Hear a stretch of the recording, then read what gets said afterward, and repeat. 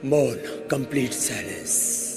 आंखें बंद, close your eyes, keep your back and neck straight, keep your both hands on your knees, concentrate on your breath और ओ। आंखें बंद, मन सहज,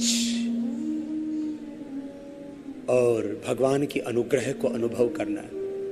बरसात के रूप में तो प्रभु की कृपा बरस ही रही थी। हर पल भगवान अपनी कृपा बरसाते हैं। God is helping me, God is blessing me, God is showering his compassions and his mercy on me. ऐसे भगवान के अनुग्रह को अनुभव करते हुए श्वासों के साथ, प्राणों के साथ प्रणव ओंकार का ध्यान करते हुए अंतर्मुखी हो जाते हैं और नासिकाग्र पर, आज्ञा चक्र में या हृदय चक्र में मन को टिका के भगवान के साथ जुड़ जाते हैं। हम जुड़े हुए ही हैं प्रभु से। भगवान तो कण कण में है, वो खुदा, वो अल्लाह, वो परमात्मा सृष्टि के कण कण में है, सर्वेश्वर, सर्वज्ञ, सर्वव्यापक हमारे बाहर भीतर है। बस दूरी है अज्ञान की, दूरी है श्रद्धा कर्मण्यता की। दोनों हाथों को ऊपर उठाइए, आपस में रगड़िए।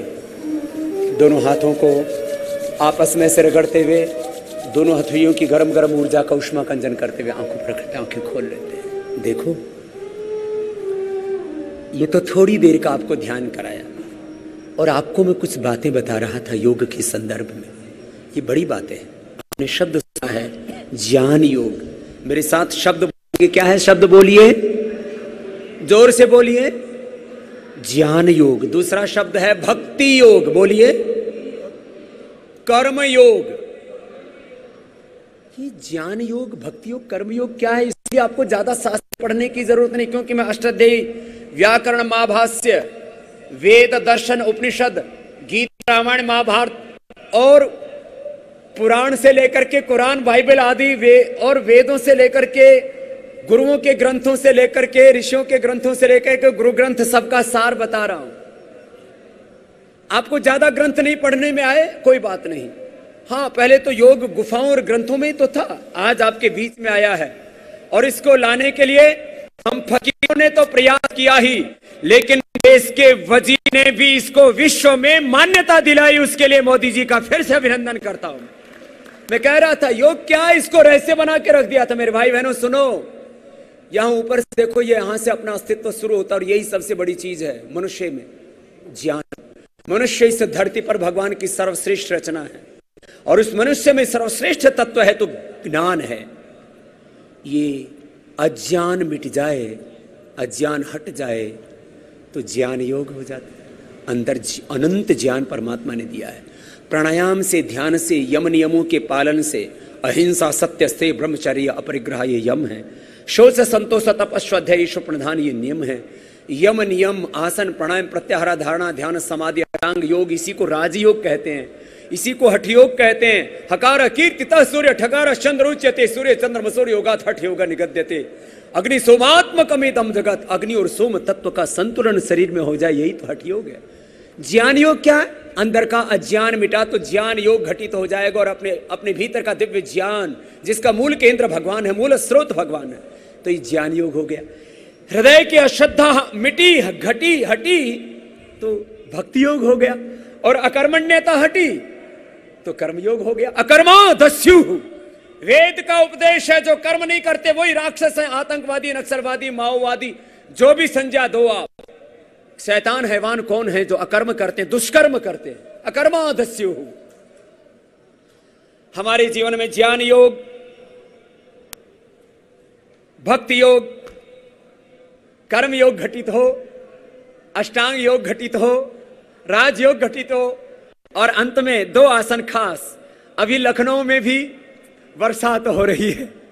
हमारे यहां इतनी तो विशेष कृपा रही, सूर्य देव ओल्हे से, थोड़े ओझल से होकर के उदय होने का प्रयास कर रहे हैं, लेकिन बादलों ने रास्ता रोक रखा है कि जब तक मेरी धरा पर मेरे योगी बैठे हैं उनको मैं धूप नहीं लगने दूंगा।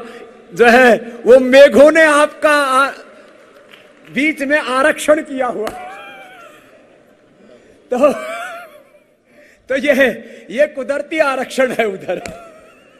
तो लखनऊ में चाहे मेघ बरस रहे हो, वहां लगता है मोदी जी और योगी जी पर दोनों एक साथ मिल गए तो ज्यादा ही कृपा हो रही है प्रभु की। दो योगी, दो महायोगी मिल गए। तो आइए, दो आसन और हैं खास। एक है सिंहासन। अब एक सिंह पुत्र तो मेरे बगल में बैठा, और एक सिंह पुत्र जो है वो लक्ष्मण नगरी, भगवान लक्ष्मण की नगरी से वो लखनऊ नाम पड़ा बाद में। वैसे भी उत्तर प्रदेश तो भगवान राम, योगेश्वर भगवान कृष्ण और महायोगी शिव की पावनी भूमि है, और वहां पर आज दो योगी इकट्ठे हो रहे हैं। तो वर्षा हो, जो भी होगा, कुछ ना कुछ तो हो रहा है, अच्छा ही हो रहा है। एक मैंने कहा शेर यहां बैठे हैं और एक सिंह भारत माता के लखनऊ में है, और इनके पीछे सिंहनाद हो रहा है भारतीय संस्कृति का।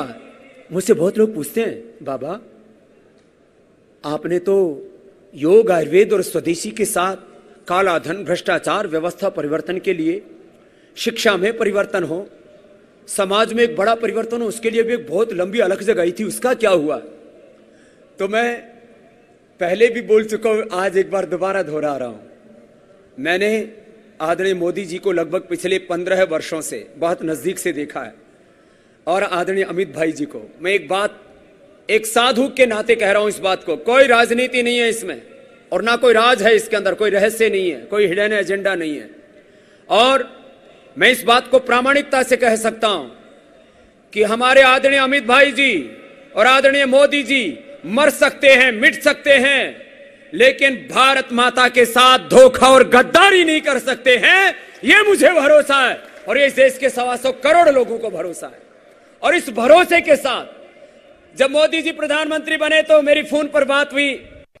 मैं शपथ ग्रहण समारोह में नहीं गया था, क्योंकि मैंने तय किया है कि मेरा मूल कार्य योग और अध्यात्म का है, लेकिन आपद धर्म के तौर पर जब कभी राष्ट्र को मेरी आवश्यकता हो तो मैं सन्यासी होने से पहले भारत माता का बेटा हूं।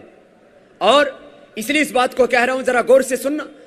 मुझसे कहा मोदी जी ने, बाबा जी आपने आपको एकदम ऐसे विड्रॉ कैसे कर लिया? तो मैं वही बात आपको सुना रहा हूं। मैंने कहा मोदी जी आप आयु में भी मुझसे बड़े हैं, मेरे बड़े भाई हैं।